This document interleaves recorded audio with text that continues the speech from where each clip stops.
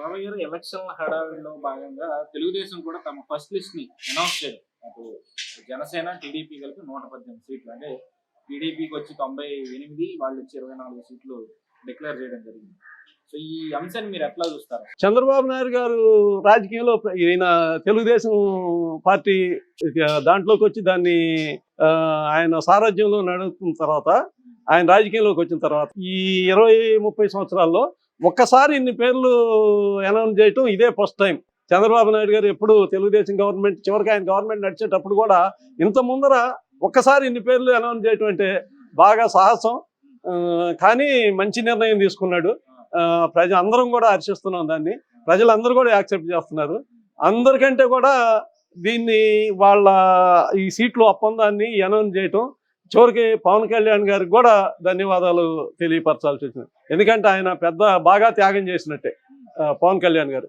ఎందుకంటే ఆయనకి రెచ్చగొట్టి యాగం చేసేవాళ్ళు బాగా ఆయనకు అర్థమైంది. పార్టీలో వాళ్ళు కానీ బయట వాళ్ళు కానీ ఎవరన్నా కానీ ఏ పార్టీలో వాళ్ళన్నా కానీ వాళ్ళ మనస్తత్వాలను బట్టి పోకుండా ఆయన ఒక ధైర్యంగా ఆ 24 సీట్లకు ఒప్పుకోవటం అనేది 24 సీట్లు గెలిచిన తర్వాత ఏదైనా చేద్దామనే మాట నాకు బాగా నచ్చింది.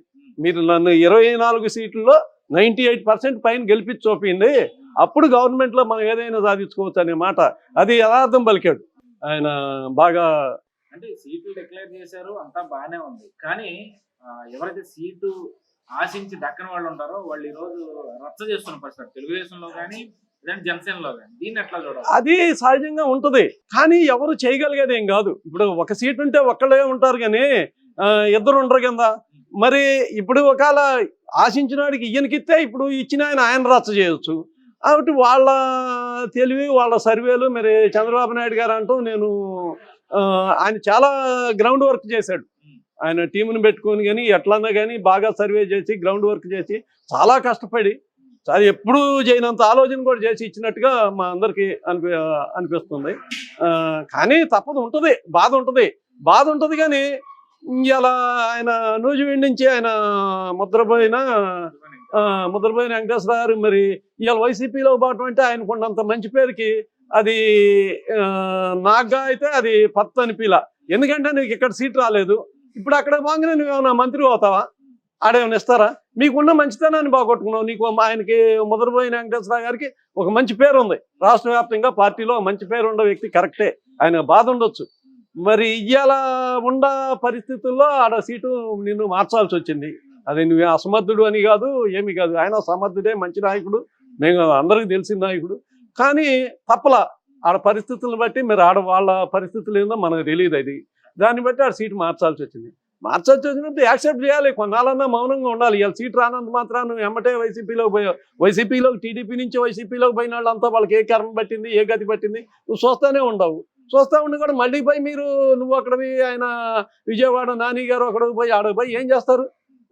ఆయన దగ్గర పోయి ఈయన దగ్గర మీరు ఎన్నాళ్ళు రాజకీయం చేయగలిగారు, కానీ ఆయన దగ్గర కనీసం 1 సంవత్సరం ఉండగలుగుతాం చూస్తాం. మీరు ఉండలేరు ఆడ, ఆయన దగ్గర మీరు ఉండలేరు. ఆయన ఎదుటి మనిషిని గౌరవించడం చేతగాని వాడి దగ్గర మీరు పోయి గౌరవంగా బతికే వాళ్ళు మీరు పోయి ఎట్లా ఉంటారు? అంటే ఇక్కడ ఎవరైతే సీటు దక్కన వాళ్ళు ఉన్నారో వాళ్ళందరినీ కూడా వైసీపీ హక్కును చేర్చుకున్నట్టు కనిపిస్తుంది. వాళ్ళ మీడియా ఛానల్లో కానీ వార్తాపత్రికల్లో కానీ వీళ్ళ మీద విష ప్రచారం జరిగే ప్రయత్నం కూడా చేస్తుంది. కానీ అది ఏమీ నమ్మరు. ఇవాళ ఉండే రాష్ట్రం, ఇవాళ ఉండే పరిస్థితుల్లో 4 సంవత్సరాలు, ఈ 5 సంవత్సరాల నుంచి ప్రజలు అనుభవించిన అనుభవంతో, ఈ పడ్డ బాధలతోటి వీళ్ళు ఎవరు ఏం చెప్పినా కూడా నమ్మరు. ఇది ప్రతి ఎలక్షన్ అప్పుడు ప్రతి సీట్లు డిక్లేర్ చేసినప్పుడు కొంత ఉండేది సహజం. ఇలా ఆయన హక్కును చేర్చుకోగానే ఇప్పుడు ఆయన సొంత చెల్లెలకే న్యాయం చేయలేనాడు. ఇవాళ నువ్వు పోతే నీకే న్యాయం చేస్తాడు. ఆ చెల్లెలు ఇప్పుడు కూడా అడుగుతుంది కదా, మరి చెల్లెలు నీకు నేను ప్రచారం చేసి గెలిపిస్తే నువ్వు నాకేం చేసావో చెప్పు, నన్ను నువ్వు ఆయన మీడియా చేతి తిట్టేస్తావు సొంత చెల్లెల్ని. ఈ రాజకీయం పోడుగానే ఉంటే ఉంటుంది, పోతే పోయింది. తోడబుట్టిన బంధుత్వం కంటే ఎక్కువ. మరి వాళ్ళు చూడడం రాజకీయం కాదు, పదవులు కాదు.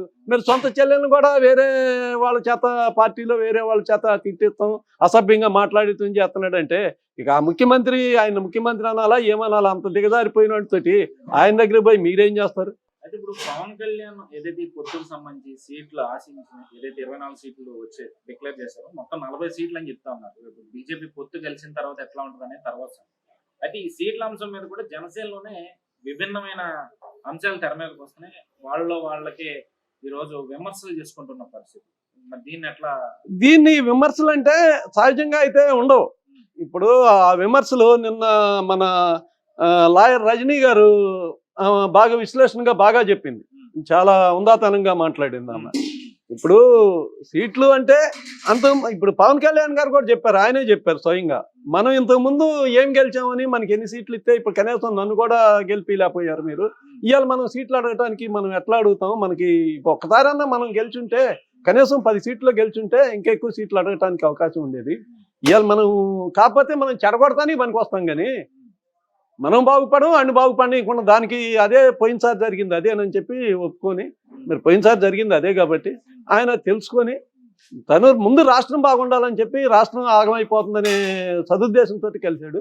ప్రజలు కూడా వీళ్ళు కూడా అదే అనుకోవాలి. ఇప్పుడు రాష్ట్రం బలైపోతుంది, ఇలా నువ్వు ఒక్కడికి పదవి రానంత మాత్రం రాష్ట్రాన్ని తాకట్టు పెట్టి రాష్ట్రాన్ని ఆగం చేస్తారా? చెప్పండి. మళ్ళీ జగన్మోహన్ రెడ్డిని గెలిపించి రాష్ట్రాన్ని పనికి రాకుండా చేస్తారా? రాష్ట్రం అధోగతి పాలైంది కింద ఇప్పుడు 30 సంవత్సరాలు వెనకబడిపోయింది. ఇంకా దీన్ని తీసుకెళ్ళి ఇంకా ఇప్పుడు బీఆర్ ముందు మనకంటే ఇప్పుడు దీన్ని తీసుకెళ్ళి ఏం చేద్దామని మీరు ఇప్పుడు అసంతృప్తితో పెట్టుకొని అసంతృప్తిగా ఉంటారు. ప్రజలకు జరిగిన, రాష్ట్రానికి జరిగిన అన్యాయం కంటే మీకు జరిగిన అన్యాయం ఎక్కువ. రేపు గవర్నమెంట్ వస్తే మీకు ఏవో పదవులు ఉంటాయి, ఏవోటి ఉంటాయి. ఇప్పుడు ఇవాళతోటి అయిపోలేదు కదా అన్ని. దాన్ని ఆశపడి మనిషి ఆశాజీవి, ఆశపడాలి. కానీ ఇవాళ అలిగి వాళ్ళతోటి అలిగి ఎలిగేషన్స్ తీసుకొచ్చుకొని మీరు ఎట్లా చేస్తే రేపు ప్రజలు ఎట్లా, ప్రజలను ఏమవుతారని ఆలోచన చేయండి. మీరు ఎవరైనా అసంతృప్తి ఉన్నాళ్ళు, ప్రజలు రాష్ట్రం ఏమైపోతుందా అనేది ఆలోచన చేయండి. అంతేగాని నాకేమి వచ్చిందని వ్యక్తిగతంగా నాకేంటి నేను ఇంత నష్టపోయాను అనేది చూడాలి. మీరు నష్టపోయి ఉండొచ్చు, నేను కాదన్నాను, నష్టపోతాను. ప్రజలను రాష్ట్రం నష్టపోయిన దానికంటే మీరు నష్టపోవడం ఎక్కువేం కాదు. అందుకని చెప్పి అందరూ ఇట్లా అసంతృప్తిగా ఉండొద్దు. అందరూ సమిష్టిగా పనిచేసి ఈ గవర్నమెంట్ను పారదోలకపోతే మనం బ్రతకలేని పరిస్థితి. కాబట్టి దీన్ని అందరూ కూడా ఈ బంధం అనేది మంచి బంధం అని చెప్పి, ఈ కలయిక మంచి కలయిక అని చెప్పి మనం అందరం ఆశిద్దాం.